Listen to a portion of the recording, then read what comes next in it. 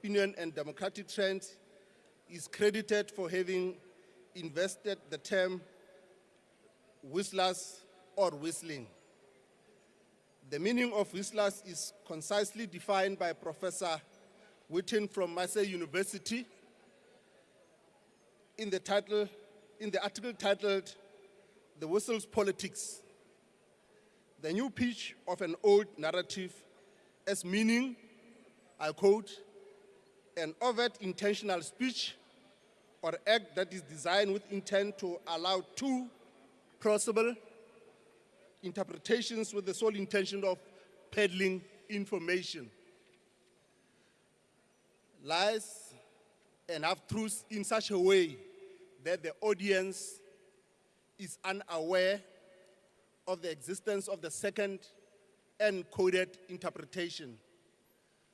Professor Jennifer Saul from the University of Waterloo, in a seminar titled "Political Manipulation and Philosophy of Language," also cautions us to be aware that those who resort to whistling often covertly and intentionally seek to divert attention or distort the true state of affairs through witch-hunt distortion that is intended to pursue narrow political gains.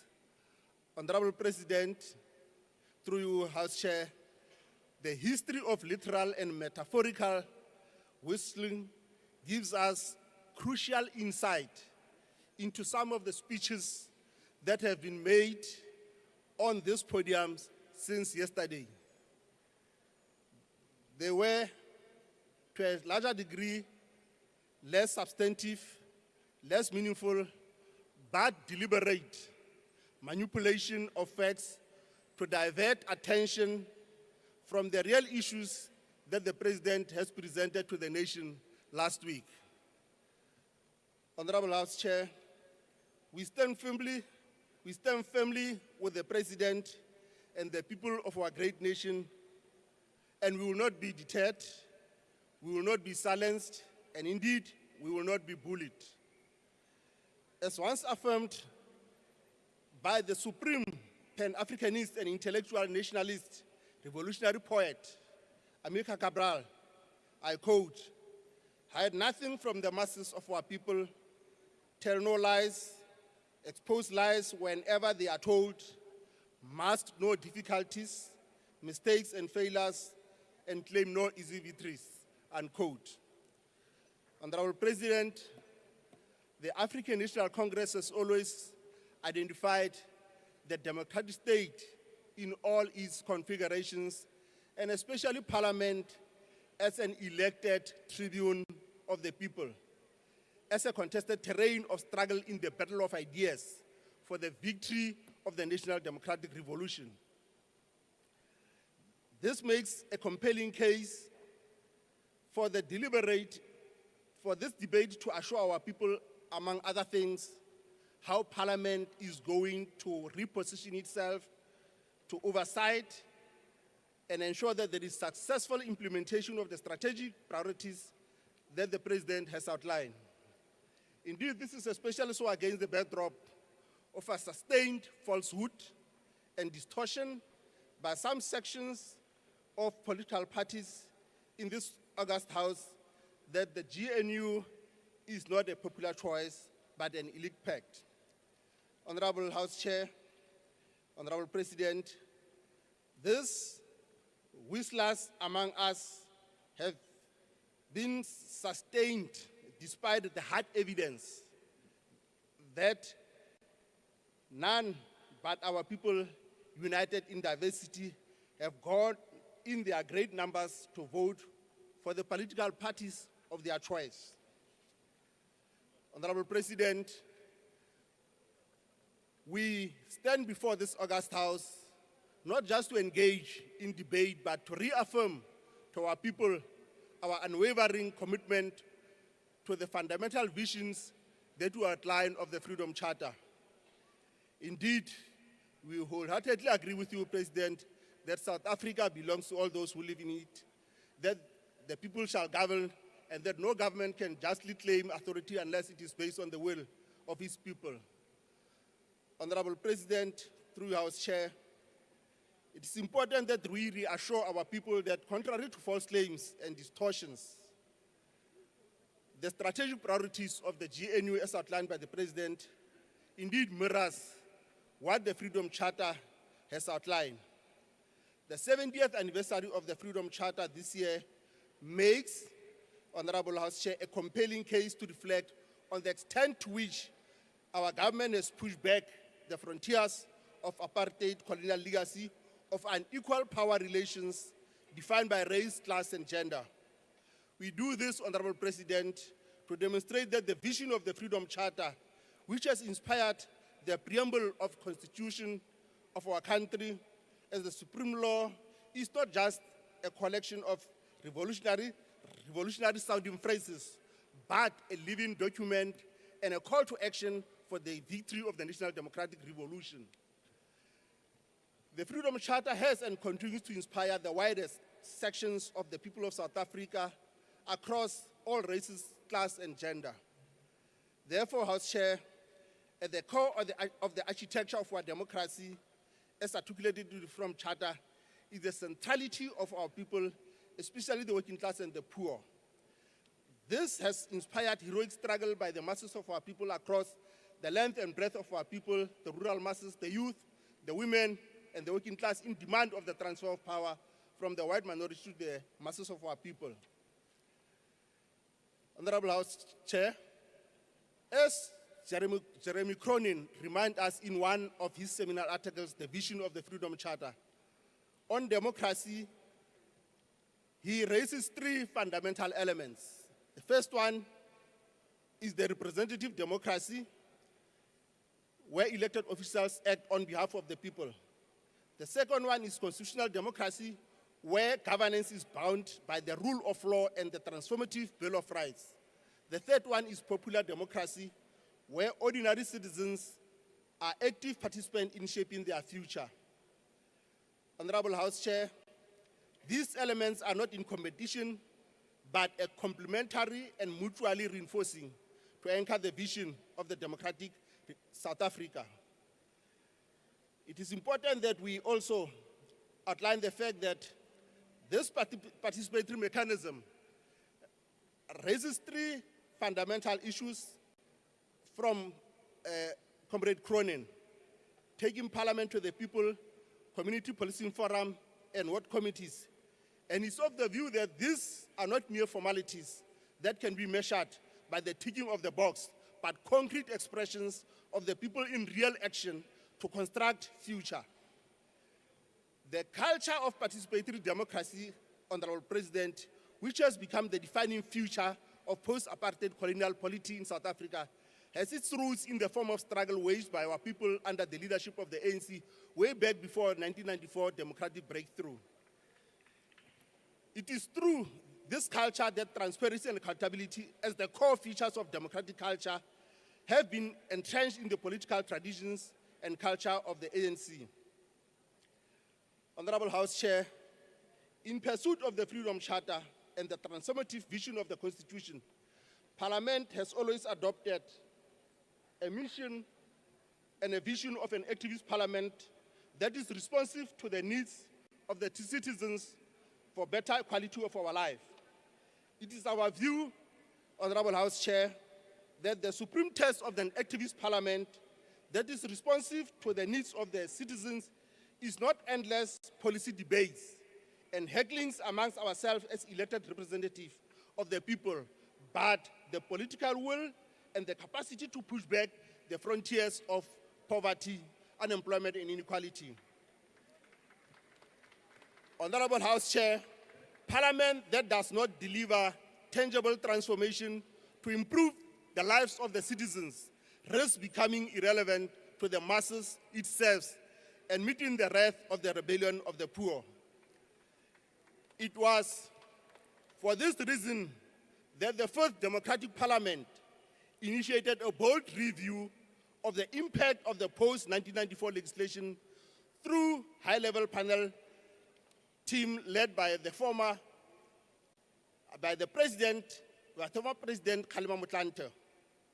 This review was not an academic exercise, but a revolutionary audit of whether our laws were accelerating transformation or entrenching status quo.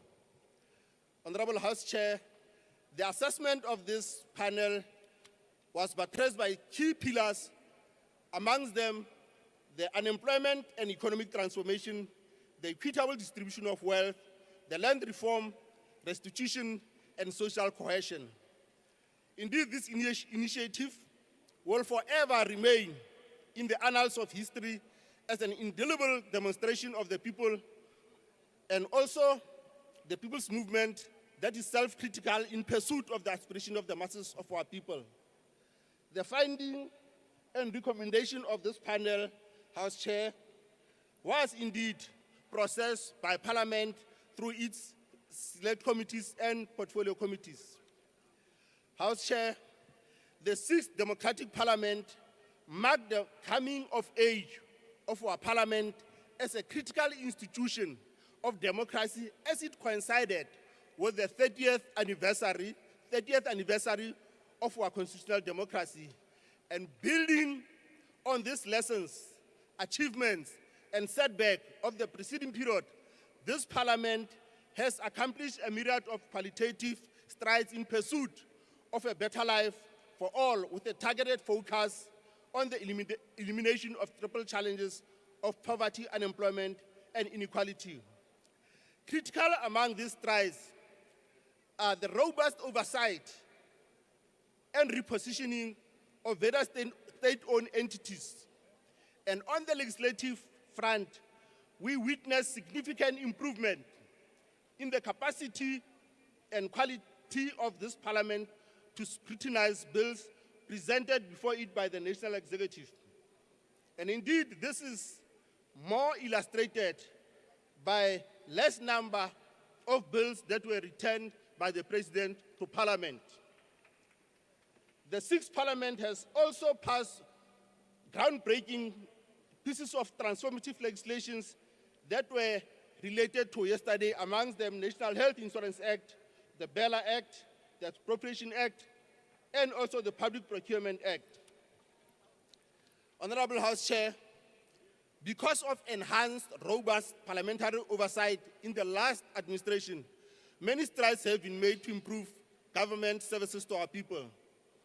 Parliament House Chairs effectively overseen the successful and seamless intervention in the executive in the areas of disaster areas hit provinces like KwaZulu-Natal, Eastern Cape, and also Northwest.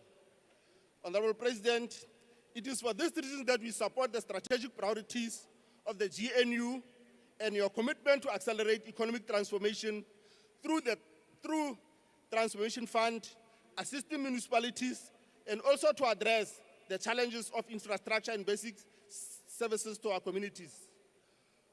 Honorable House Chair and President, according to the diagnostic report of the National Planning Commission, among the critical challenges of governance is the persistence of fragmented planning, poor policy coordination, and resource allocations among the 3 spheres of government since 1994. And therefore, Honorable President, we acknowledge and welcome your policy intervention as part of strengthening the capacity of local government through the district development model and also specialized technical support, as is the case with eThekwini Metropolitan Parliament. Thank you, Honorable House Chair. Thank you. Thank you. The next speaker is the Honorable Ndlela.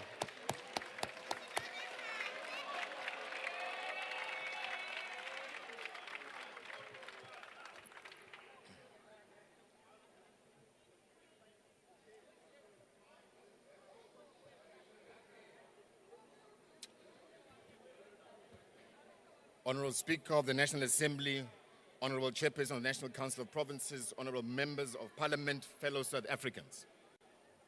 We rise today on behalf of Umkhonto weSizwe Party, the official opposition in Parliament, to respond to Mr. Ramaphosa's 2025 failed state of the nothingness address, an address that regrettably felt less like a reflection of our nation state and more like a maiden speech of someone who's just been newly appointed to a job. Laden with recycled promises, hollow rhetoric, and dressed in the usual fanfare that has become the hallmark of these kind of annual events. The SONA platform is not meant to be a ceremonial spectacle or a stage for lofty promises. It should be a moment of accountability where the nation hears an honest assessment of past commitments and concrete plans for the future. Instead, we witnessed yet another episode of political theatrics, a fashion show camouflaged with empty, hot air rhetoric. Mr. Ramaphosa's speech was filled with promises eerily similar to those made in 2024, 2023, and even earlier. Let us not be fooled by his eloquence. South Africans deserve more, Mr. President, than promises. They deserve results. We have listened to these commitments before, and yet the realities on the ground tell a different story. A story of betrayal, neglect, and failure. Now let's look at the military sacrifices. We mourn the loss of 14 South African soldiers, with this number still rising. These young men and women died not to defend our sovereignty, but to protect the government's economic interests in foreign lands. The least you could have done was to equip them better, yet you led your incompetent, less caring finance minister to keep defunding the military budget. Their blood is in the hands of the government that prioritizes profits over people. A failed state. Unemployment and poverty. The president speaks of economic growth and job creation, but the facts expose the truth. Whilst the population grows at the rate of 1.3 million people a year, the South Africa's unemployment rate remains the highest globally, sitting at 42%, with young people's unemployment exceeding 60%. Millions of our people, particularly the youth, are stuck in a cycle of poverty with no clear path out. The so-called inclusive growth has excluded majority, particularly black working class. Again, it's a failed state. Crime and gender-based violence. The president mentions crime reduction efforts, but South Africans live daily in fear. Violent crime rates have surged, with over 27,000 murders recorded last year alone. Women and children continue to face the brunt of this violence. Gender-based violence remains a national crisis, yet the government response is fragmented and unfunded. Our police are under-resourced, demoralized, and often complicit in the same crimes they are meant to prevent. Let alone the fact that, by the way, the 10111 contact center number doesn't work. Again, a failed state. Landless and homelessness, land reform has been short of nothing of a disaster under this administration. The Expropriation Act, recently signed into law, is nothing but a rebranded apartheid relic, a repackaging of the Expropriation Act of 1975. It does nothing to address historical land issues. It is the same apartheid wine in a different bottle. The MK Party will not endorse half-baked legislation. We will push for an amendment of Section 25 of the Constitution to enable genuine land expropriation without compensation, to return the land to our people. And again, we know it's a failed state. Diluted national health insurance. The national health insurance signed into law is a betrayal to the needs of our people. It will not collapse private medical aids, but will instead make them richer. This government remains committed to protecting white capital interests, always pleasing whiteness at the expense of our people. Our hospitals continue to fall apart. Clinics lack basic supplies. Mothers give birth in corridors. Children die due to preventable diseases. President, this is a failed state.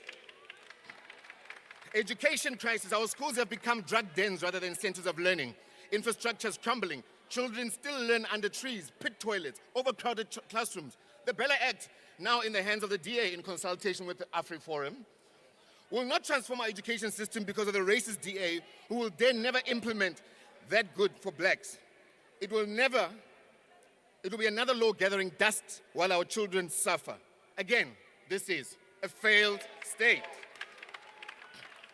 In conclusion, the MK Party stands firm. We will not be complicit in endorsing laws, policies that betray the people. We will fight relentlessly for real land reform, genuine economic transformation, and for the dignity of the restoration of the crumbling health of our education systems. We will champion justice for poor, marginalized, and those left behind. This is not just our responsibility as the official opposition, it is our revolutionary duty, born from the struggles of our forebearers, to hold this government accountable. Mr. President, sir, you lead a failed state. Kwaza mkhonto, kwaza!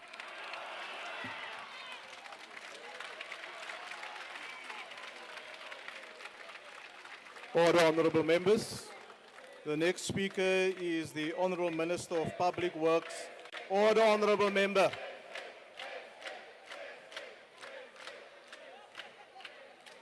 Order, honorable members. The Honorable Minister of Public Works and Infrastructure.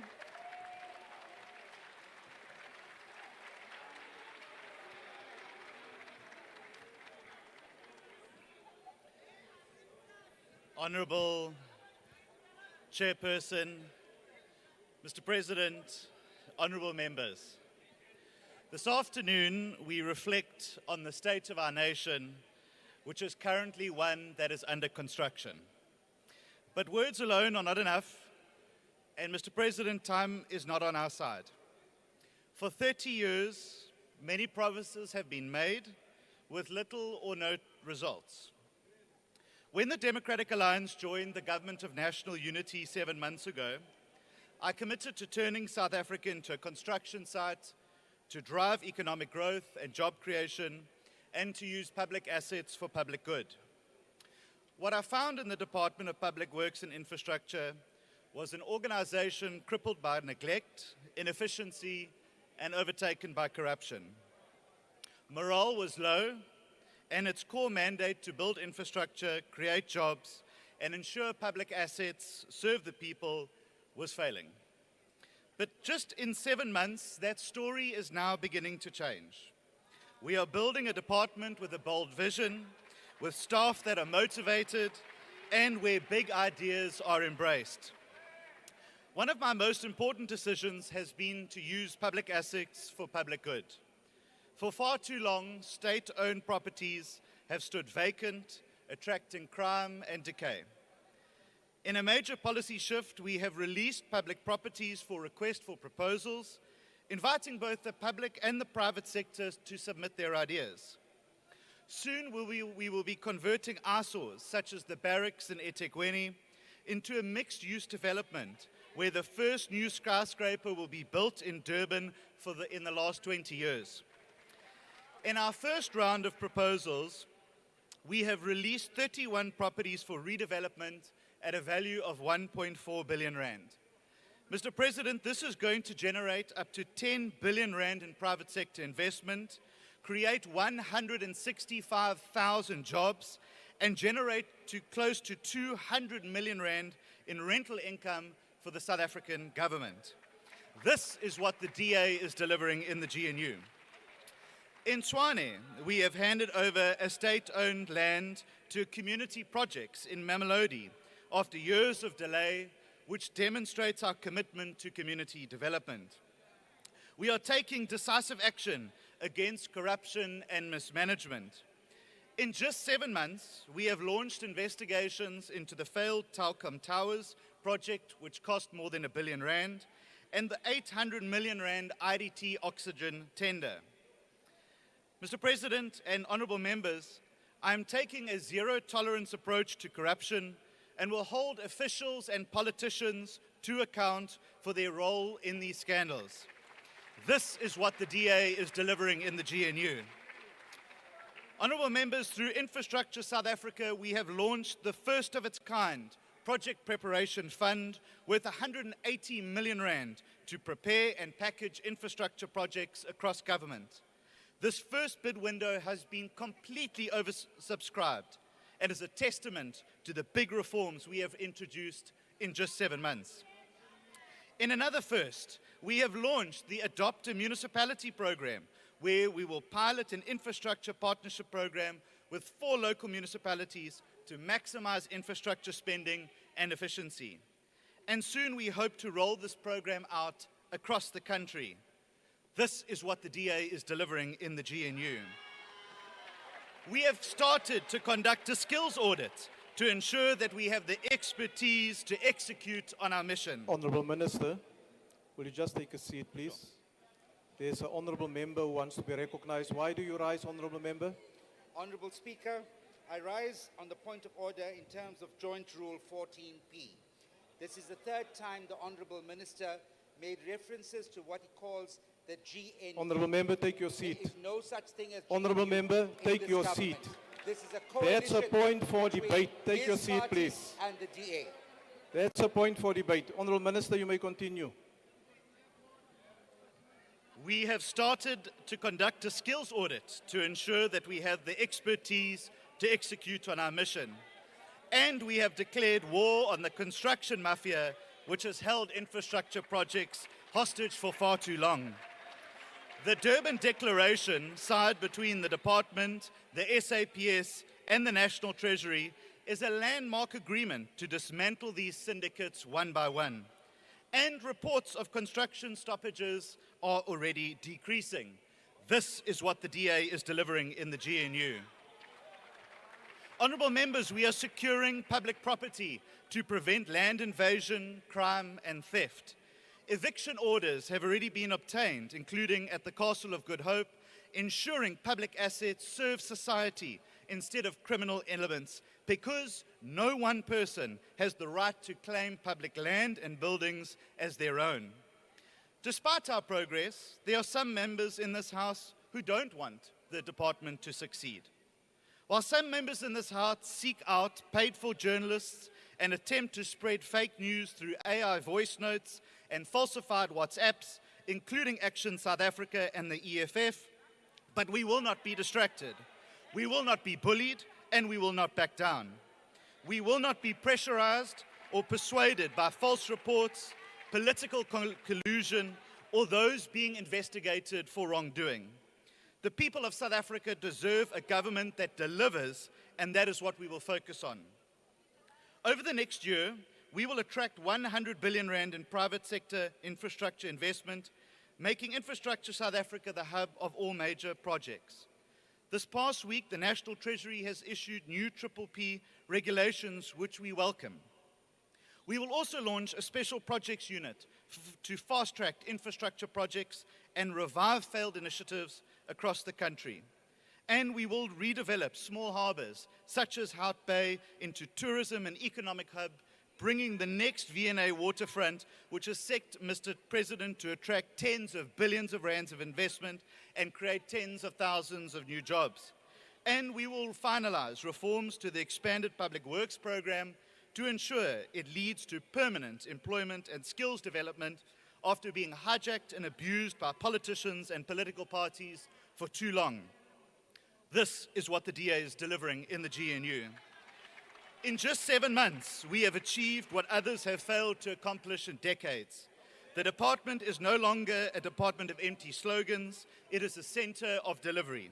We are no longer exist to advance personal interests, but the interests of South Africans that want our country to work and who want to get to work. Across the country, thousands of public servants in our department are working diligently to build a better South Africa. This is why, Mr. President and honourable members, the DA will play its role and its part in the GNU to drive the tough economic reforms in public works and infrastructure, which will drive economic growth and job creation. This is what we have achieved in just a short 7 months. Imagine what we will achieve in a full 5-year term. This is what the DA has been delivering in the GNU. And the GNU depends on the DA to keep delivering to South Africans, and South Africans know that. This is why we will continue to turn South Africa into a construction site, one that drives economic reforms, growth and opportunity for all South Africans. This is why we will continue to build South Africa. Thank you very much. Thank you, Honourable Minister. Order, honourable members. The next speaker is the Honourable Doug Moore.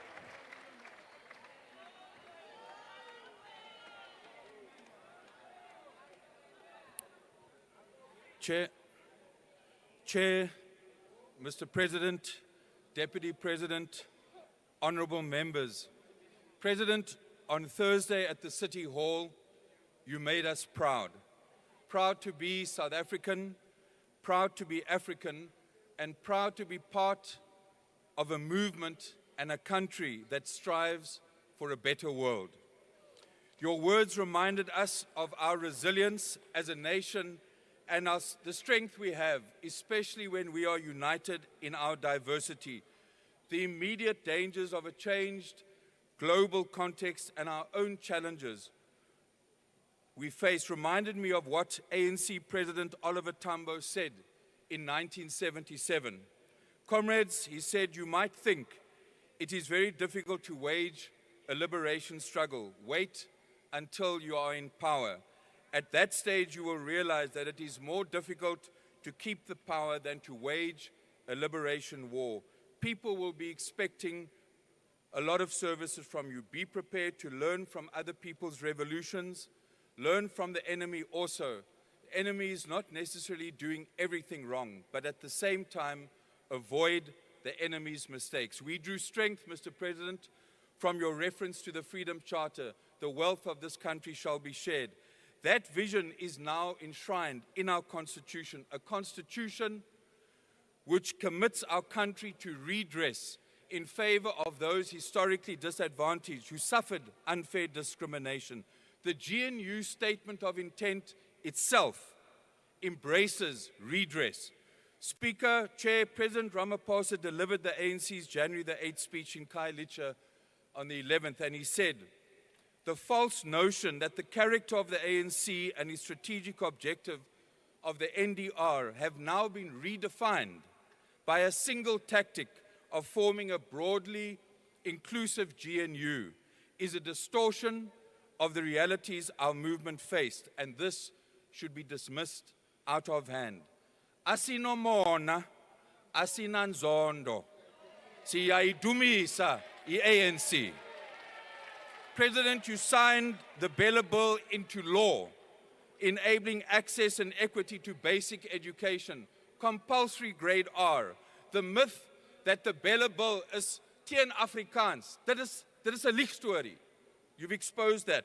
The Expropriation Act. I have here, Mr. President, a speech that Helen Zille made in 2018, where she argues that the case for nil compensation regarding land in next to Mitchell's Plain, and she says, and I want to quote, in terms of all these considerations, it is quite conceivable that a reasonable court could find that the just and equitable amount payable would be zero.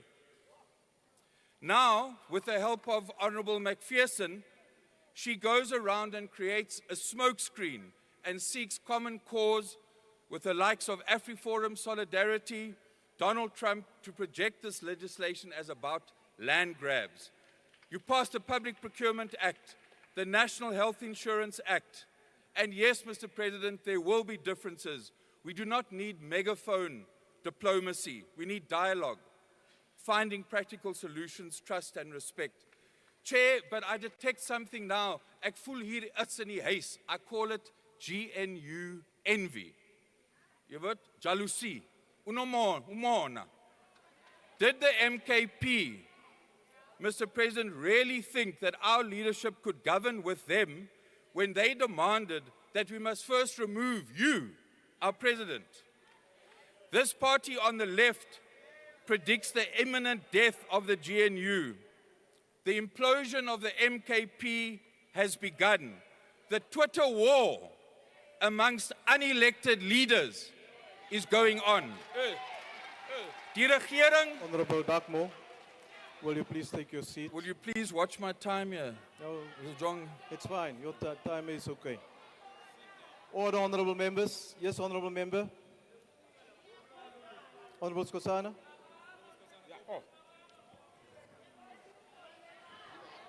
Order, honorable members. Honorable member. Yes, please Thank you, proceed. Chair. Is the member prepared to take a question? Honorable Dagmo, are you No, you are prepared to not take a elected. question? Sit No, down. he's not prepared to take a question. Order, honorable members. Please proceed. die regering van nasionale eenheid is wat ons land nou nodig het. Speaker, did the EFF really think that they are seen to be a trusted party?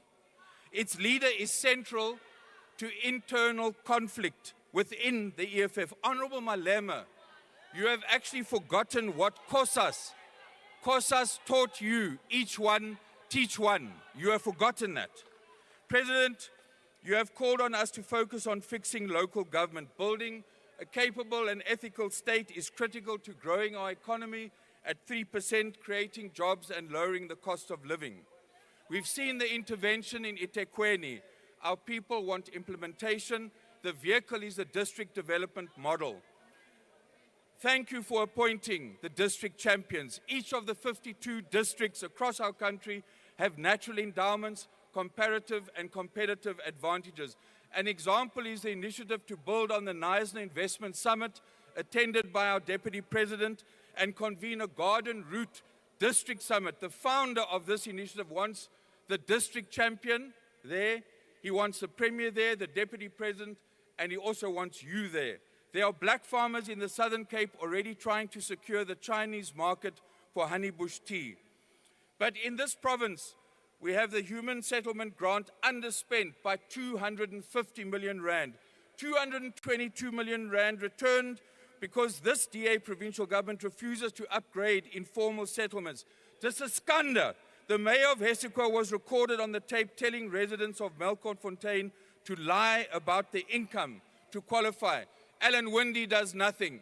John Steenhuisen, I'm going to give the recording to you to expose this liar in your ranks. But we also know, and I'm not sure if you're aware, that some within the ranks of the GNU are giving oxygen to those that want to secede. And this fuels separate and racist logic. When I think of those lies, I remember the words of Bob Marley, when he says, you can fool some people sometimes, but you cannot fool all the people all the time. Asinamona, Thank you, Honourable Member. Your time is expired. siyakudumiza i-ANC. Thank you. Thank you. The next speaker is the Honourable Mawatwe.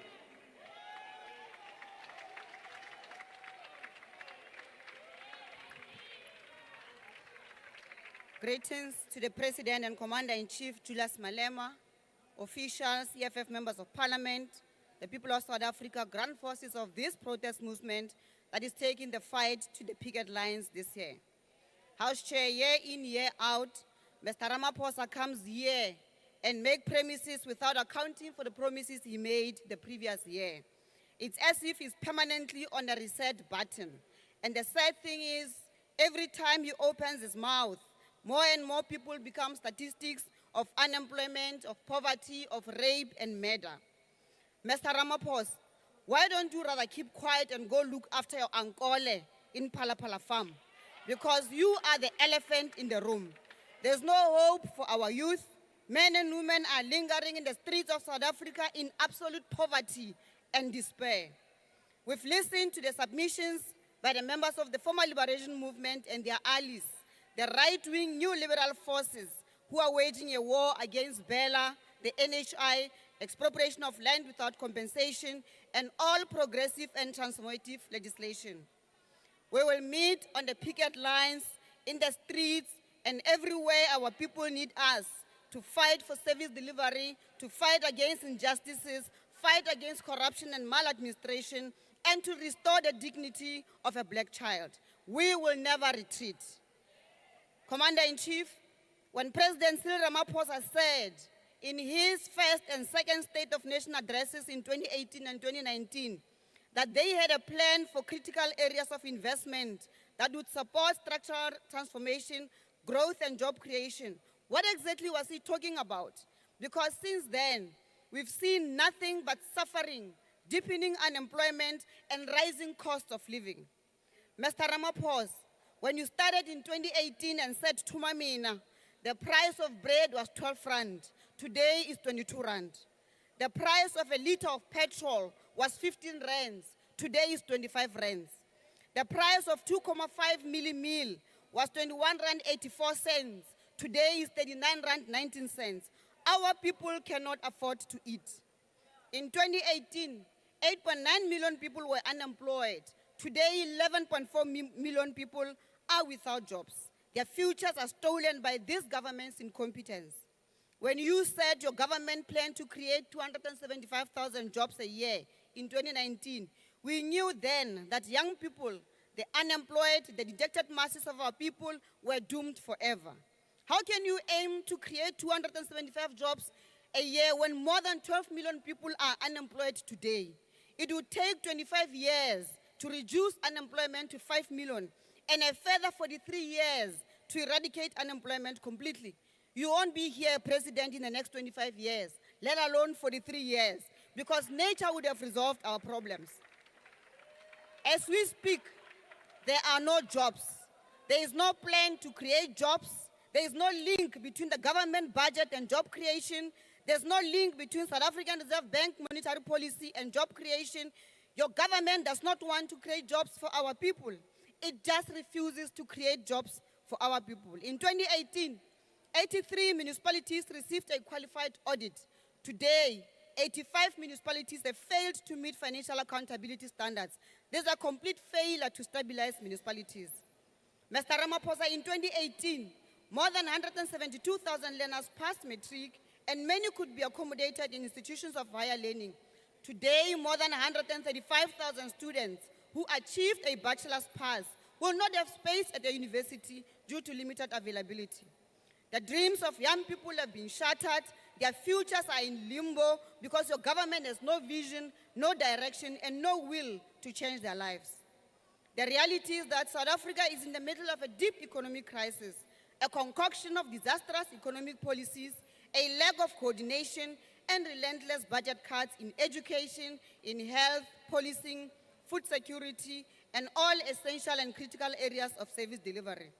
This is made worse by the collapse of municipalities, which is the complete opposite of your growth and renewal program that you promised us in 2018. The reality is that ever since you took office 7 years ago, our economy has not grown by more than 2%. We are talking about an average growth rate of 0.6% since 2018. Only people who approach policy and politics like a game of murabaraba or China will produce such a disastrous economic outcome, and that's you, Mr. Ramaphosa. You told us that the revitalization of 10 out of 16 industrial parks in places such as Botshabelo, Phuthaditjhaba, Ga-Rankuwa, East Thebe, Komani, and Seshego was complete in 2020. But go to Botshabelo today or Phuthaditjhaba and tell us if anything was ever revitalized. House Chair, allow me to turn to the SOEs. The EFF was the only political party that correctly characterized the deliberate sabotage and collapse of SOEs as a privatization project. We are not surprised that today, one of the most strategic entities, Transnet, which used to move over 200 million tons of cargo and annum, used to employ more than 55,000 people and reported over 6,000 billion rands in profit, is now being called inefficient. Today, we are told that the private sector must come and rescue Transnet. Eskom's coal fleet was allowed to collapse, and we were subjected to more than a decade of electricity blackouts because people wanted to profit from electricity generation. They wanted their friends and cronies, the independent power producers, to milk Eskom. You even came here, Mr. Ramaphosa, and claimed that there has not been load shedding in 300 days when we experienced load shedding just 2 weeks ago. We're told that SAA was making billions in losses and was supposed to be sold for 51 rands. Yet today, it is making a profit, operating without any governmental support and barely surviving. We're calling for the expansion of SAA mandate and operating routes that support our economic development with allies and trade partners in Asia and the Global South. There is no plan to rebuild and stabilize Denel, and there is no intention to rebuild South Africa's defense capabilities. Mr. Ramaphosa, you were boasting about 375,000 billion rands that will be spent by SOEs on infrastructure over the next 3 years. But where will they spend this money when you are privatizing everything? Even the delivery of water is privatized through the so-called 23 billion rands infrastructure fund. Mr. Ramaphosa, you told us that your neoliberal right-wing coalition government will spend 940 billion rands in the next 3 years. That's 313 billion rands a year for a country that has a housing backlog of more than 3 million houses, more than 400,000 kilometers of gravel roads that needs to be tarred, more than 300,000 beds short at institutions of higher learning. What is 940 billion rands? We haven't even touched on the collapse of water and sanitation infrastructure in municipalities, the collapse of telecommunication infrastructure due to crime and vandalism, and the general shortage of water. Mr. Ramaphosa, let me help you give your government proper direction. We need to expropriate land without compensation. We need a state bank, and we need it urgently. We had banks here in Parliament last week, and it is clear that they are not interested in the reindustrialization of the South African economy. So the state must take the lead. We need to finalize the nationalization of the South African Reserve Bank. We have no time to waste on this. We need to establish a grant for all unemployed graduates and all unemployed persons as a matter of agency. This, Mr. President, will do two things. It will stimulate the much needed demand in the economy, and it will give unemployed people some means of survival.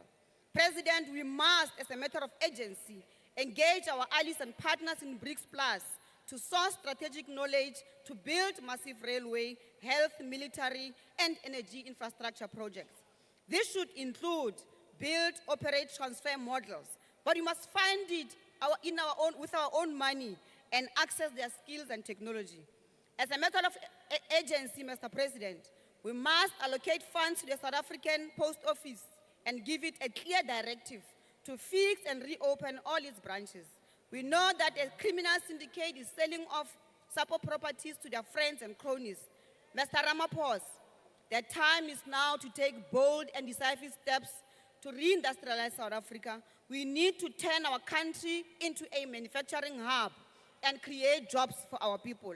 South Africa's economy must not be designed to please imperialist forces and the so-called markets at the expense of the lives of our people. We need to put our people and jobs first. Thank you, Chair. Thank you, Honourable Member.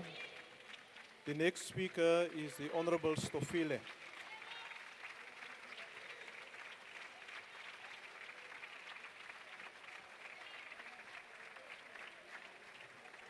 Thank you, Honourable Members. Honourable Members, you may now take your seats.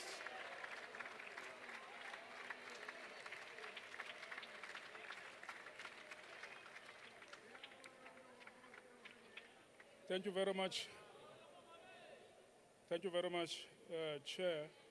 Greetings to the President of the Republic, the Deputy President, the Speaker of National Assembly, the Chair of the NCOP, and Leadership General that is present in this. The State of the Nation, it helps us as local government to reflect on what it was tabled by the President on Thursday last week. To us, it means different things. It means a moment in which we celebrate at long last that the President of the Republic, in his reflection on the state of the nation, reflect on the key fundamental questions that confront the nation, such as South Africa. One of those issues that he raised, it was the funding model of the local government system in South Africa. The second part, it was the manner in which the 1998 white paper on local government was constructed, and the manner the developments that have taken place in our country had to be relooked and redesigned. And for this basis, local government, as we see it, as a center of economic activities, as a center in which move forward the needle of development in making sure that there is a success in our communities. One thing that we need to present in this debate on the state of the nation is that President will request few things to be looked at by yourself and your team. One of them is to relook on the EPWP and what it means, this issue of EPWP, in the general economy in which we are operating. The second thing that we wish President to look at is the state of rural roads. And we call and request the President probably to lift the issue of rural roads. I've heard the Minister of Kokda speaking about this issue of traditional leaders. Part of supporting traditional leaders is to support the rural development. And rural development, roads is a key fundamental question that it must be looked at. And in developing road, you then open opportunities of economy, because through road, it creates centers in which economic activities can partake and play a role.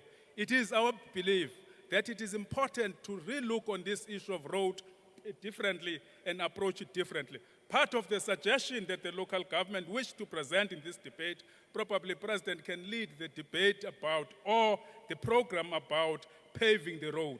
Because the gravel roads today, President, with the global warming and the challenges, cannot resist the current environment in which we are operating. And therefore, it requires a different thinking insofar as investing on that. South African local government and the entire municipal system in South Africa, 44 districts throughout the country, we are committed to partner and work with you with regard to this. It is indeed, we hope and believe that all of us, we accept that and appreciate Minister Professor Ramokgopa. I don't know where is he.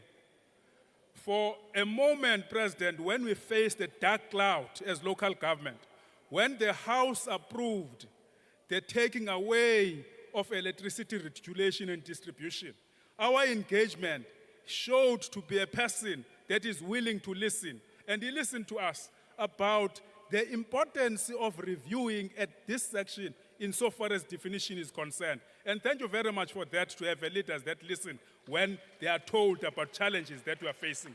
So as Minister Stella Ndabeni, we are in agreement that economic development cannot prosper if the economy at township is not forecasted. And therefore, small business enterprises in our communities need to be lifted. It is important for us to look at that. And I believe as we drive forward and making change into communities, we need to consider this, because that's where people are and that's where people live. And they expect all of us in sitting in Parliament and Council to look into their challenges and deal with the challenges decisively. The other issue, President, to us as local government, we want to present here. You raise it in your closing of the 6th Parliament. Few issues that resonate very well with us. And we hosted the Deputy President just last 2 weeks. He resuscitated the issues that you have raised to us. One of the issues that you raised with us as local government practitioners is about your unhappiness to see our towns, townships be dirty. And then you ask and challenge us that what is it that can we do in making sure that these towns and townships are changed so that the investment can be attracted into these townships. And the Deputy President, in his conversation with us, he highlighted this issue. We agreed.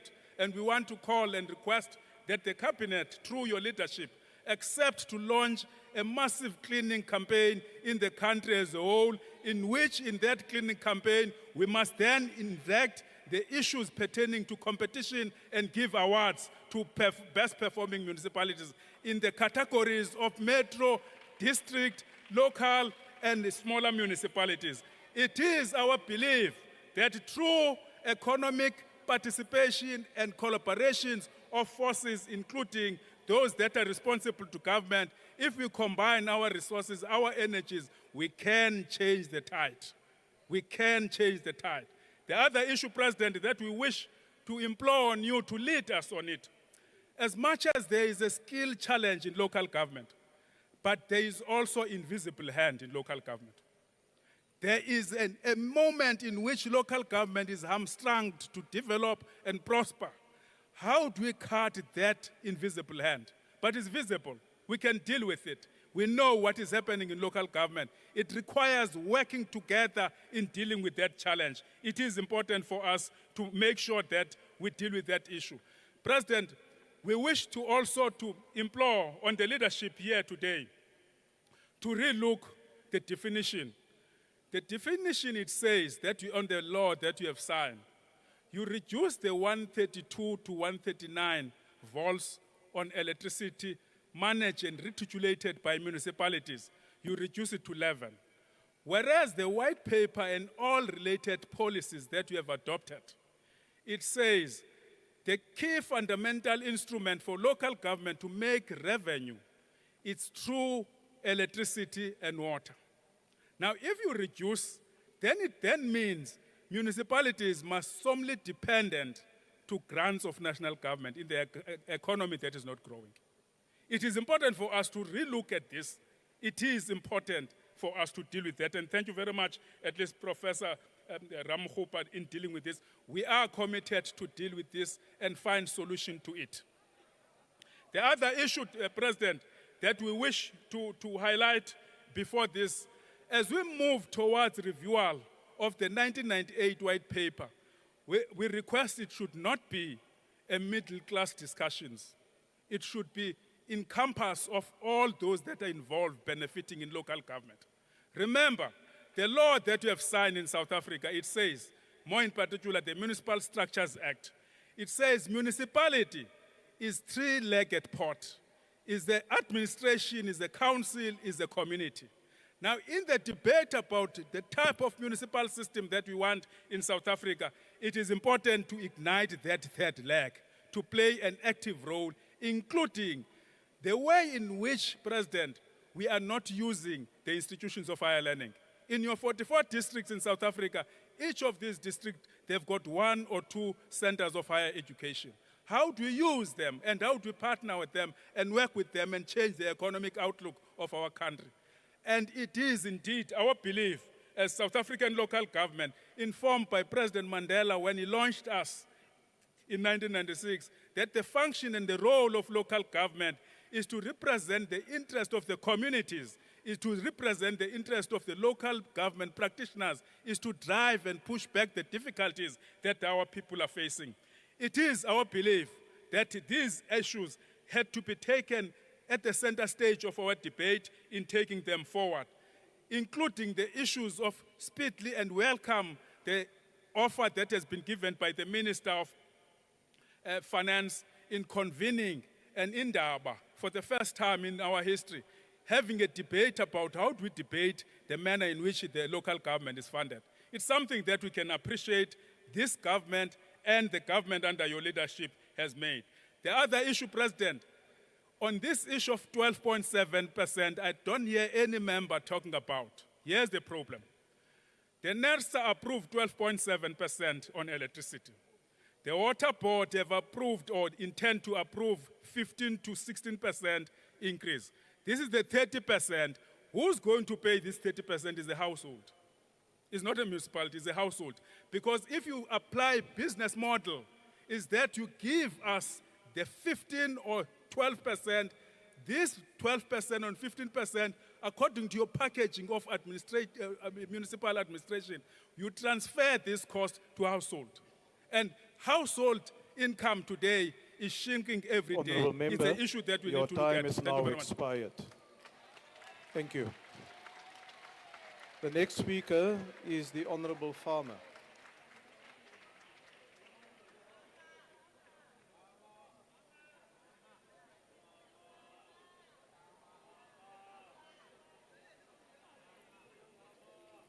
Order, honourable members.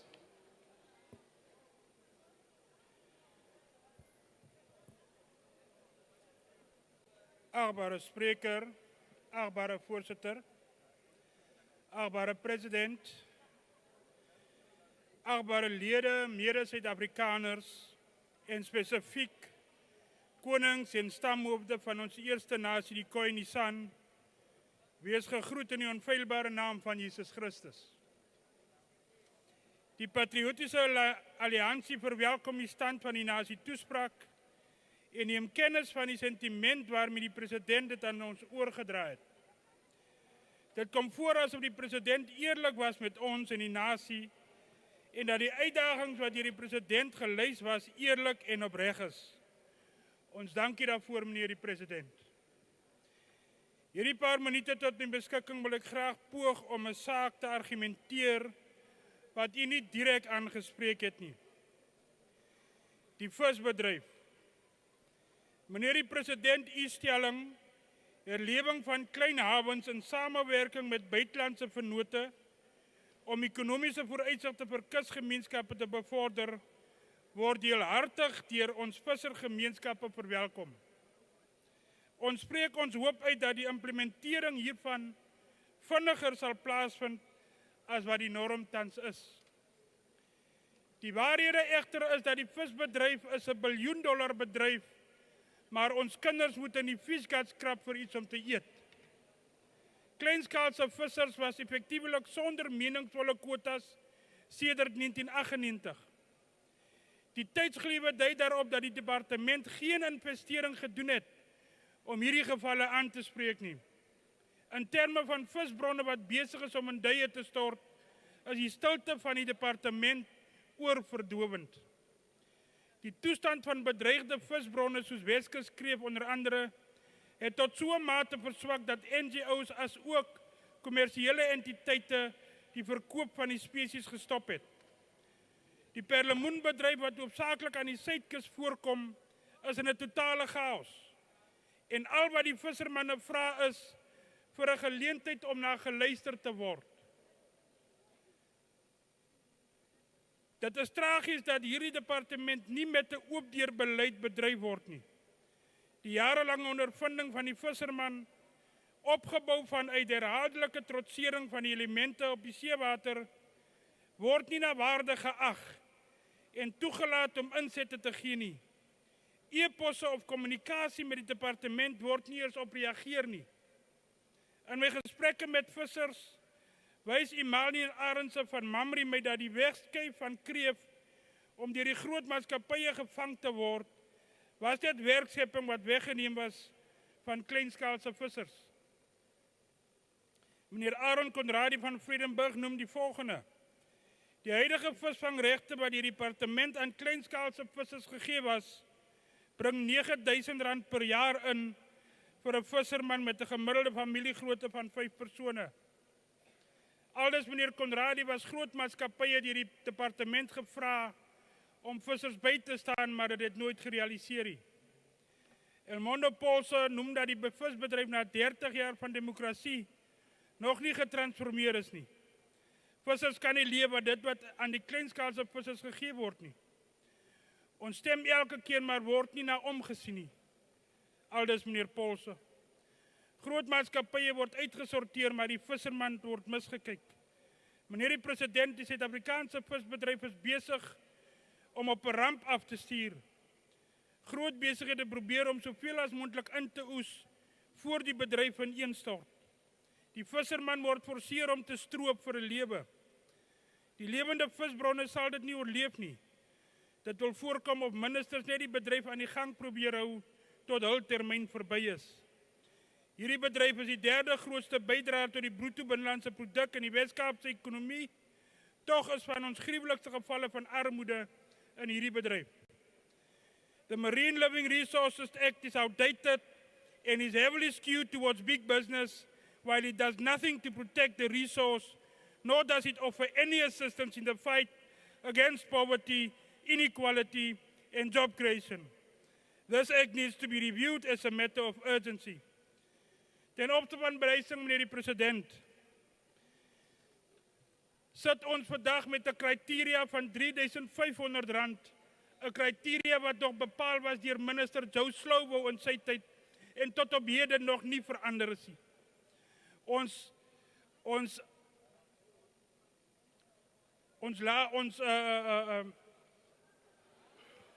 Thank you, Honourable Farmer. Unfortunately, your time has expired. Thank you, Chair. Dankie, achtbare Farmer. Good afternoon, ladies and gentlemen. The House now recognizes the Minister of Health and invites him to the podium to take the debate further. Honourable Minister.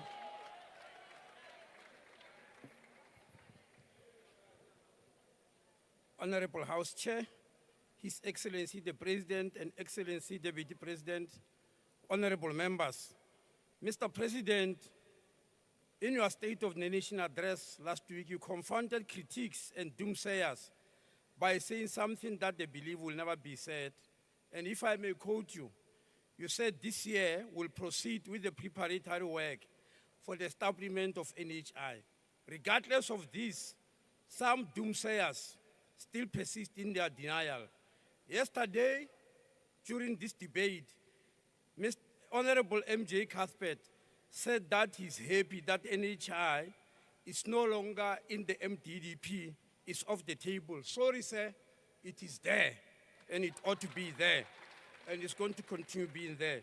I've listened to people talking about NHI without even having read the act, and they start by distorting the definition of NHI.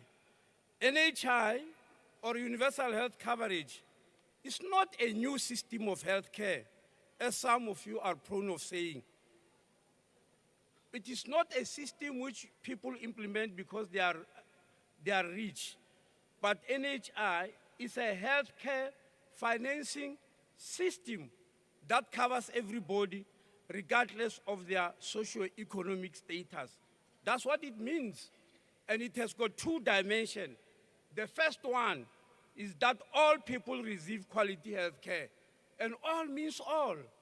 Regardless of how poor you are, it means all. And the second dimension is that when you receive that quality health care, you must not suffer financial hardship or what the World Health Organization called catastrophic health care expenditure. Mr. President, this second dimension was brought about because the World Health Organization realized that there are many people around the world who are not classified as poor, but they become poor because somebody got sick in the house and they have got to seek health care. That is the concept of catastrophic health care expenditure. This type of people are counted in billions, not millions around the world. And in South Africa, we have got many such people.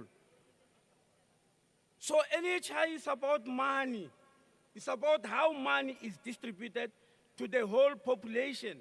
It's about how much each citizen has got for the provision of their healthcare system. That's why the former Director General of the World Health Organization, Dr. Margaret Chang from Hong Kong, summarized it. He said NHI is an equalizer between the rich and the poor, close quotes. Now, that's exactly why we've got the problem in South Africa. The moment you mention the rich going to be in the same place as the poor, people start getting stomach aches immediately. That is why when you say Bella Egg, people get stomach aches. When you say expropriation, people start getting stomach aches. When you say NHI, they get stomach aches. Because these are all transformative programs about the poor. Yesterday, I listened carefully to my colleague in the GNU, Honorable Minister Hlabisa. Minister Hlabisa, you said you propose a more incremental approach to implement NHI. You are spot on. We agree with you 100%, because what you put as a new proposal is actually Section 57(1)(b) of the NHI Act itself, and I want to quote it verbatim. Open quotes: national health insurance must be gradually phased in using a programmatic approach based on financial resource availability, close quote. If there are no financial resources in the country, you can't implement. And the Act it says so. So it's not something that is new. This is not a coincidence, Minister, that the Act is drafted like that. It's because there's no other way of implementing NHI except gradually. There is no country anywhere in the world that did it in any other way, because it's impossible. It's just impossible, because it's not a once-off event. It's a gradual event that gets implemented over many years. In South Africa, you have got medical aids, which many of you believe is perfect. And I will tell you, medical aids have been there for half a century. And during that half a century, it has been gradually introduced. That's exactly what NHI is going to do, not that it will take half a century too. The second thing Minister Hlabisa said was that you propose prioritizing, strengthen the existing healthcare system. We agree with you again 100%. And actually the President said it.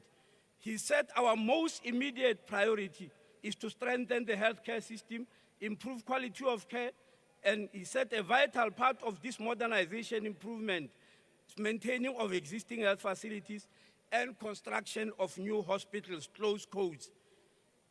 Now, I just want to say something. Strengthening the healthcare system and implementing NHI are not mutually exclusive. One doesn't have to follow the other, for the simple reason that all of them are lifelong processes. They are unending. So you can't say we must start with one, because it will never come to an end, because they are not once-off processes. Due to unavailability of time, I'm not going to give you a list of the hospitals that the president is talking about. You will hear that during the budget speech, and you will realize that they are placed very strategic for NHI. Now, the belief that countries implement NHI because they are rich, they've got a big tax base, is not true. There is not a single country in the world that has got NHI, which can be described in those words. The UK started in 1945 and implemented in 1948 specifically because of the crisis of the Second World War. The British were poor, they were unemployed, and they were sick because of what Hitler did to them. And they wanted to rebuild their economy. They were told that no one can build an economy with sick people, and that's why they launched it. Same as Canada. Thailand, when they launched it in 2002, is because of the Asian financial crisis of 1977. So is Indonesia. They did it exactly because of the same reason. And I can go on and on and on to show all the countries that has got NHI. Now, yesterday, the chief whip of the DA, Honorable Machalakis, was very angry and said he's tired of hearing from me. You know, his level of anger was so much that I felt pity for him. Ik had mal raak. Maar soos 'n broer, ek wil jou raad gee. Jy moet asielkind gaan sien. Voor raadpleeg, want NHI is nou hierso. Dit gaan nergens. It is here to stay, Mr. Machalakis. Thank you, Minister. Thank you very much. Thank you, Minister Motsoaledi. The next person at the podium. Order, honourable members. We now call to the podium the Honourable Letlape.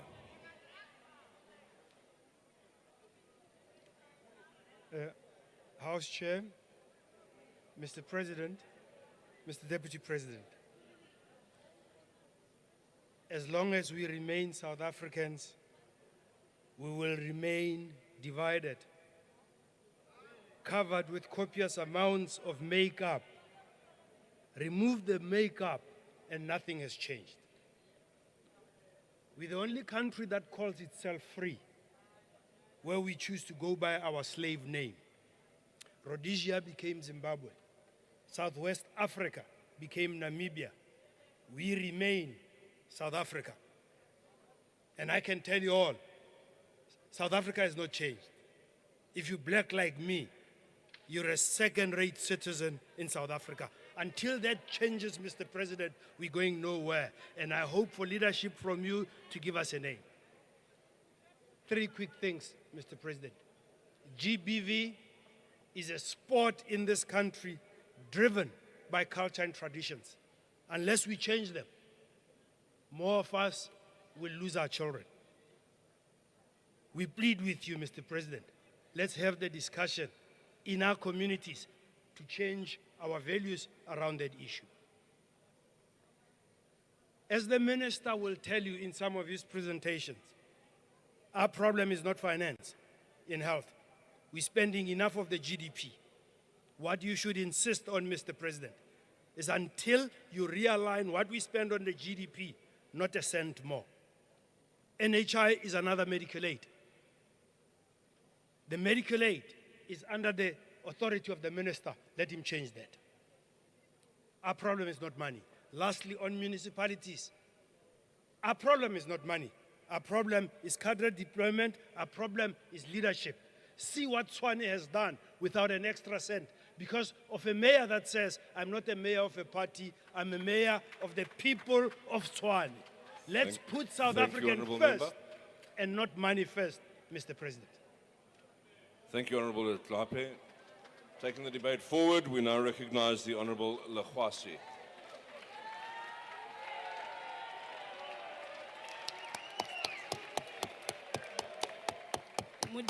Modulasetulo wa ntlo, Mopresidente wa rona wa naga, Motlatsa Mopresidente, ditilo ka go latelana ga tsone, ba gaetsho ke a le dumedisa. House Chairperson, in this SONA debate, our point of departure must be the preamble of our Constitution, wherein Parliament, through its elected representatives, adopted a supreme law of the Republic, which is to build a united democratic South Africa, which is able to take its rightful space as a sovereign state in the family of nations. And I want to underline the sovereign state in the family of nations. Our self-determination is a right politically and economically, and we shall protect it and conduct our relations and trade with other countries only based on peace and friendship. South Africa's development intrinsically depends on inclusive economic development and job creation. This means implementing an industrial strategy and policies that ensure the reindustrialization of the country through beneficiation, local industrialization, and through economic development. We are encouraged by your commitment, Honorable President, to finalize a modernized and comprehensive industrial policy that drives economic growth. However, implementation depends on removing economic constraints caused by unreliable electricity and water supply, as well as logistical constraints. This means our point of departure for inclusive economic development and job creation is infrastructure development.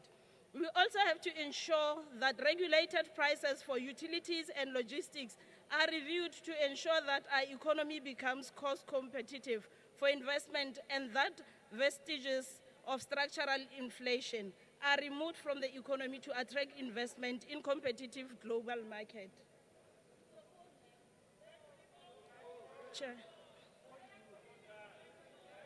Chairperson, there's a noise that... Honourable members, we are aware of the challenges with the sound. There are technicians trying to deal with it. If I can ask you to just be patient, and if we can ask Honourable Lekhwasi to please continue with the delivery. President, we need to chip in the cost of doing business in the country to On a enable... point of order, House Chair. Honourable Lekhwasi, please take your seat. Yes, ma'am. What's your point of order? Thank you, House Chair. I think she might just want to answer that phone call. It might be Helen Zeller telling her which direction her speech must go. That's not a point of order. Please take your seat, Honourable Member. Thank you very Honourable much. Lekhwasi, please continue. Thank you very much, House Chair.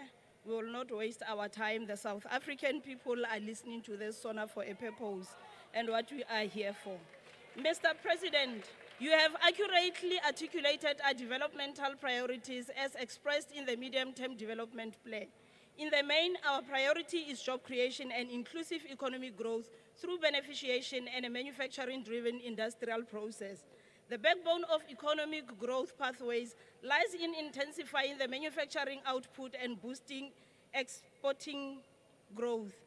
Beneficiation by local industries will increase value addition of our natural resources, which remains our valuable competitive advantage. This requires proper planning and efficient inputs in the economy. Further, we must reposition our state-owned enterprises as engines of rapid inclusive economic development. As SOEs operate in 30% of the economy, which is no small part of the economy, there is a need to recognize the progress made in stabilizing the SOEs in the sixth administration, as many of them in the minerals and transport sector have recovered and are going concerns. We need to drive those on an investment path in infrastructural development while we ensure that other critical SOEs recover fully from state capture. Others such as PRASA and ESCOM are recovering well with much more work to be done. Transnet requires shareholder support to ensure that logistic constraints are removed from the economy. Inland provinces rely on logistics to get exports to ports and receive imports.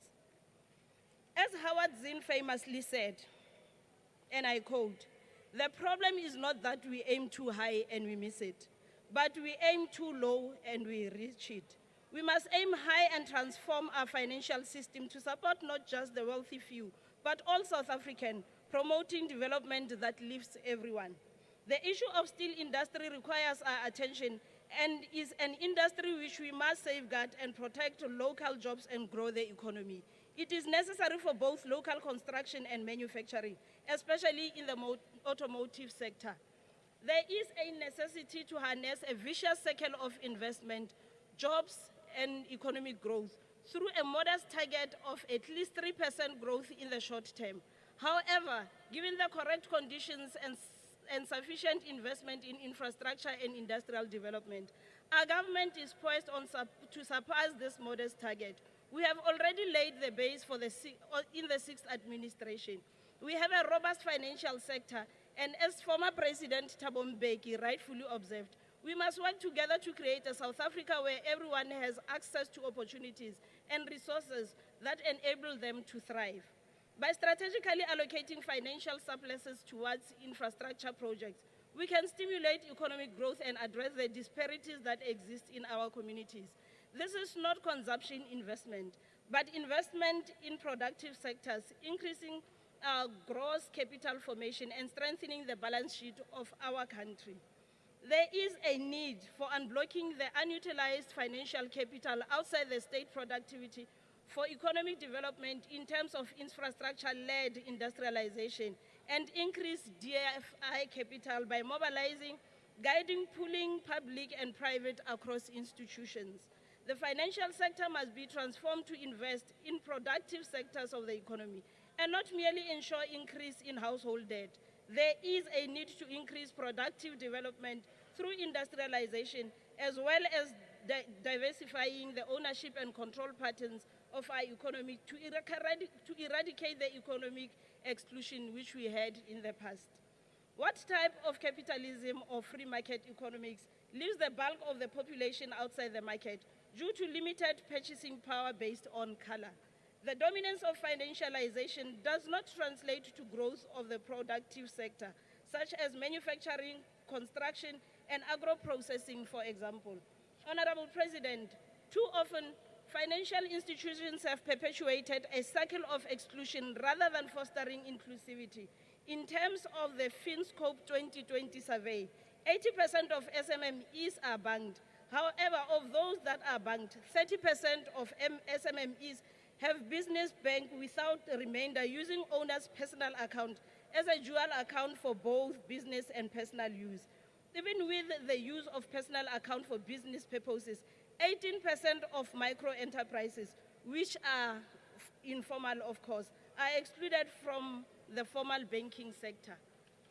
We have successfully implemented 6 industrial master plans, these being sugar, poultry, automotive, shoe manufacturing, as well as clothing and textile. These master plans have worked and need to be deepened, and new ones need to be implemented in other manufacturing sectors.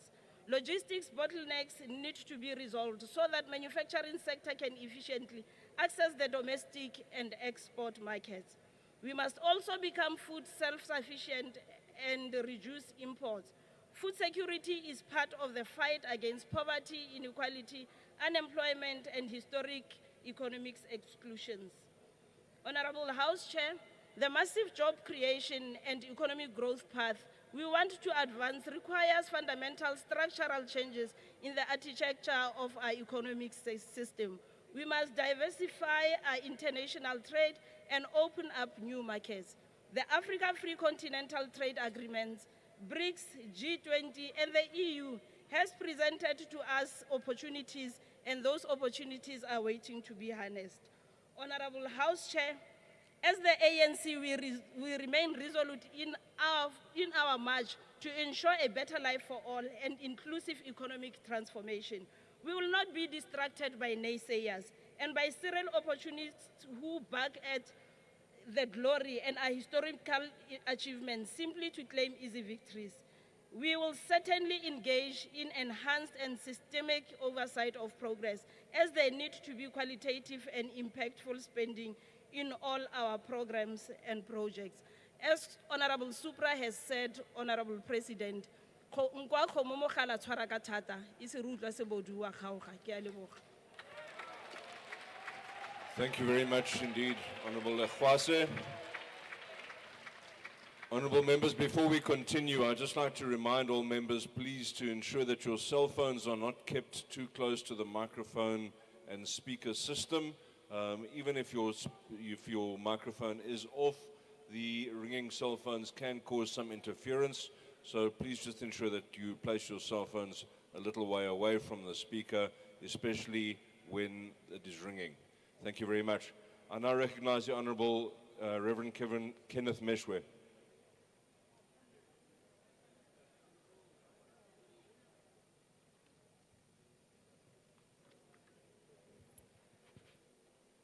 House Chairperson, Honorable President, honorable members, at the top of the list of priorities mentioned by President Ramaphosa during his SONA speech last week was economic growth.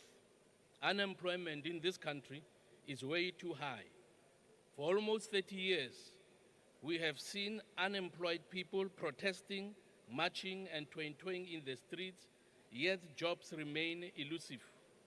The most painful thing for me to watch, Mr. President, is when our health workers, particularly medical doctors, toying with their stethoscopes hanging around their necks, protesting because they are demanding jobs that they studied for and are qualified for. South Africa has an abundance of talented, capable, unemployed doctors and nurses who are desperate for work. The ACDP would like to see our economy grow and absorb unemployed professionals who many of them are working as car guards because they don't have jobs. Since US President Donald Trump signed an executive order canceling foreign aid to South Africa, there has been much speculation and questions as to whether or not AGOA is included. May I remind honorable members that AGOA is aimed at expanding American-African trade and investment by stimulating economic growth and assisting sub-Saharan Africa's integration into global economy. AGOA has and continues to have a positive impact on South Africa's economy, with our country being the leading African exporter of AGOA goods into the US market. If South Africa loses AGOA, we will lose our duty-free access to the US market, which would result in the introduction of tariffs. The consequence of this would be a reduction in the competitiveness of the South African automotive, agricultural, and footwear sectors in the US economy. Another negative consequence would be the loss of investments and market confidence. South Africa has lost its preferential investment destination status on the continent, and the loss of AGOA would contribute to a reduction of market confidence at a time when our economy is struggling to grow at acceptable levels and that can cause it to create much needed jobs. The ACDP supports government's plan to send a delegation to the US to meet with the new US administration in an effort to iron out their differences and improve relations. We need AGOA and duty-free access into that market for AGOA goods to help stimulate our economic growth. Lastly, Mr. Chairperson, I want to appeal to members of this House to show maturity in bilaterals with the US and others, and to overcome the temptation of playing a tit-for-tat with them, because that would not bring us any economic benefit. I also want to appeal to the ANC and the EFF to discard their plans to rename Santon Drive to Leila Khalid Drive. Leila Khalid is not a South African, she's not known by the majority of our people, and she has done nothing to benefit our country. The ACDP does not want to see the US consulate closed permanently due to an unprofitable name change that will not contribute a time to our economy. Neither does the ACDP want to see employees of the US consulate in Johannesburg lose their jobs because of an unwise, unpopular, and foolish decision. We believe we need more jobs and not less. We don't want anybody to lose their job. I thank you. Thank you very much, Honourable Meshwe. Honourable members, I'm noting the volume in the House rising. If I can ask you please to just observe the rule not to converse aloud, not to drown out the speaker. Honourable Swart, what is your point of order? On what are you rising? Thank you, House Chair. I rise on Rule 34 of the Joint Rules. And whilst the leader of the ACDP was speaking, the Honourable Reddy stood up and took a photograph. And I would remind the House that that is infringement of Rule 34I, and I'd request you to call the Honourable Member to order. Thank you.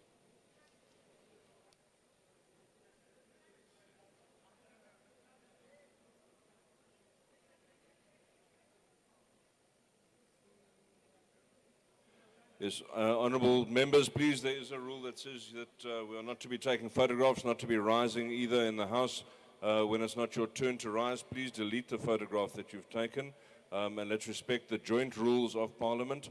A reminder that it is indeed the joint rules that have precedence today.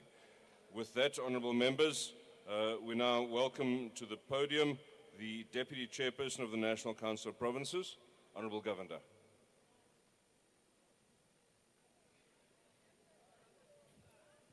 Thank you very much, House Chair.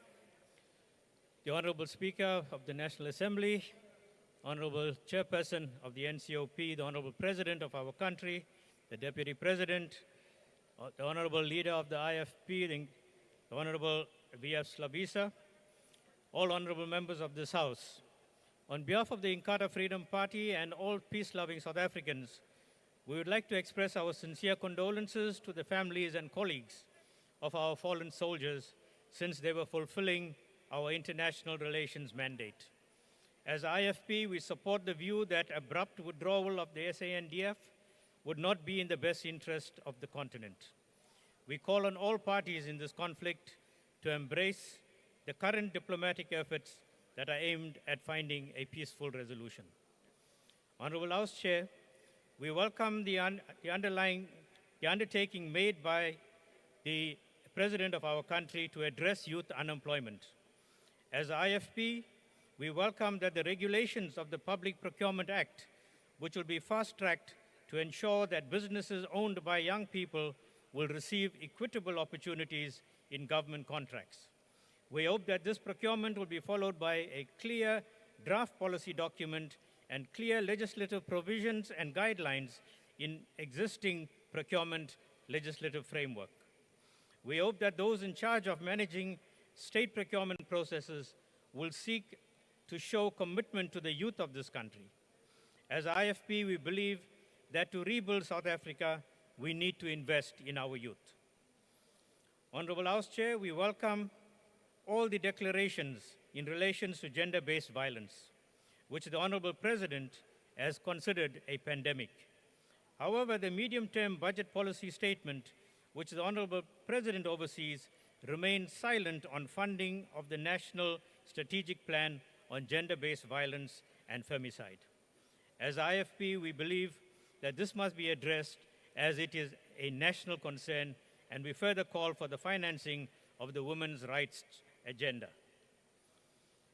Honourable President, in your State of the Nation address, you rightfully acknowledged the severe dysfunction in many municipalities, citing poor service delivery, decaying infrastructure, and financial mismanagement. Your promise to ring-fence utilities for water and electricity services could not come at a more critical time.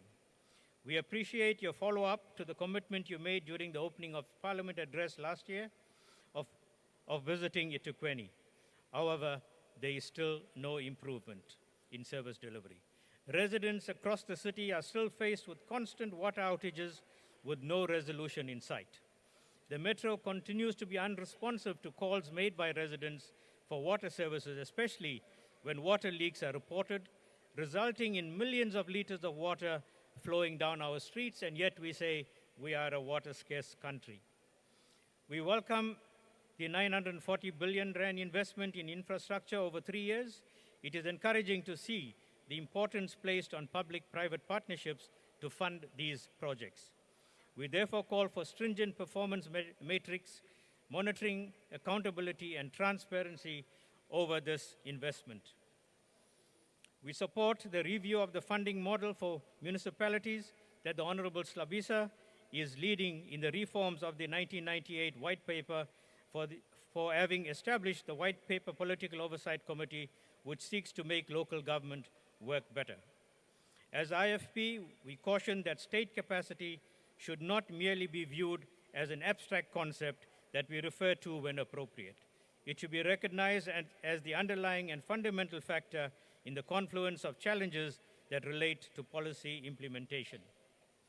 We call upon Parliament to be more proactive in joint consultation, joint planning, and programming by the three spheres of government to achieve improved integration and synergy for improved policy implementation outcomes. As IFP, we support multilateralism and promoting global cooperation and stability. Honorable House Chair, allow me to reiterate the closing remarks made by the President of the IFP when he said, and I quote, "The IFP will be counted amongst the nation builders, not the breakers, the doers, and not just the dreamers, the worker and not the armchair critics." Honorable House Chairperson, I thank you. Thank you very much, Honourable Governor. Honourable members, the opportunity now passes to the Honourable Deputy Minister of Police to take the podium and take the discussion further. Thank you. Honourable Boshielo. Thank you very much, Honourable House Chair, Honourable President of our country, Comrade Cyril Ramaphosa, Comrade Deputy President of our country, and honourable members. Honourable President, every year you give us a theme, and utswale rena parallel. Retaka tumamina, we follow. Wataka tintswalo, we follow. Now all of us don't want to be bullied. Keep it up, you're doing a good job. It's really, really. The people of South Africa deserve to feel safe and be safe. This fundamental right is enshrined in our National Development Plan Vision 2030, which emphasizes the critical need to strengthen our fight against crime and corruption while building safer communities. We cannot afford to delay. The time to act is now. We stand at a pivotal moment in our nation's journey, a moment that calls for decisive action and unwavering commitment to the safety and security of all South Africans. The marching orders set forth by President Ramaphosa during SONA are not just directives. They are a clarion call for us to unite and act swiftly to confront the challenges of crime and corruption that threaten our communities. Honorable Chairperson, through Operation Chanela, the South African Police Services continue to take bold and decisive approach in dealing with crime. These crimes-fighting activities include tracking operations, roadblocks, high-visibility patrols, stop and search, as well as tracing of wanted suspects. Just last week, Mr. President, from Monday, 3 February to the 9th February 2025, 2,777 wanted suspects for serious crimes such as murder, attempted murder, rape, business and house robbery were arrested. 209 suspects were arrested for murder. 111 suspects arrested for attempted murder, 247 for rape, 99 illegal possession of firearms, 1,285 illegal foreign nationals, 625 for drinking and driving, 1,321 rounds of ammunition, and 65 hijacked and stolen vehicles were recovered. Honorable Chairperson, we are continuing to vala imigodi wa comrade Minister Mantashe. And to date, we have confiscated nearly 6 million in cash, along with substantial quantities of illegal minerals and uncut diamond valued at 32 million. Between April and November 2024, 79 firearms, 59 vehicles, and 20 large mining machines were confiscated in the process, reducing criminal operations at mining sites. We are also strengthening border security. Over 611,910 security actions were conducted to curb illegal activities at borders, leading to the arrest of 6,713 individuals for crimes such as illegal immigration, drug trafficking, and possession of illegal firearms. Furthermore, we have recorded substantial success against extortion, with 745 cases reported between October 15, 2024 and January 31, 2025. In KwaZulu-Natal, 2 suspected hitmen were arrested after they allegedly shot and killed a 40-year-old ward councillor and injured his 42-year-old wife in Tsomdumbi. Another joint intelligence-driven operation led to the arrest of 55 years of suspected drug trafficker with main drug tablets of 9 million in command. The Directorate for Priority Crime Investigation, the Hawks, have adopted a multi-agency task team approach to tackle the scourge of corruption. A total number of 1,452 suspects, of which 1,409 natural persons and 43 juristic persons were secured before the various courts in the country. Of these arrests, 451 represented 32%. Yes, 32% are South Africans, whereas 958 represents foreign nationals. So, President, we have a problem of illegal immigrants coming to our country to commit crime. It's because they don't have any fingerprints on our system and they are never even arrested. In Stilfontein, 1,924 people or illegal immigrants, which were Zamazamas, were arrested, and out of it, only 21 were South Africans. So it is a real problem that we need to do that. We have also have safer city cooperations with 6 of our major cities, and we are already working with them and have what we call a force multiplier, bringing our resources together and making sure that everything is going fine. And Mr. President, after all, we are enjoined by the Freedom Charter, which declared in Clipton in 1955 that there shall be houses, security, and comfort in an environment of peace. We are also working with our community policing forums, private securities, business against crime, and we are ensuring that we are fighting the crime. Comrade President, we are not going to allow to co-govern with criminals. We are going to deal with them and they must run because we are going to deal with them decisively. Thank you very much. Thank you very much, Honorable Boshielo. Deputy Minister. Honorable members, I would like to just remind you of the lessons that were learned yesterday when we took our break about how long it takes to leave and return to the precinct. We are about to again suspend proceedings for the day for a period of 30 minutes. I therefore ask you to go and take a comfort break now that the opportunity presents itself. Bells will be rung to alert members when the business resumes, but I do ask you to be back in the chamber by 20 minutes past 4. Thank you, honorable members. Business is now suspended.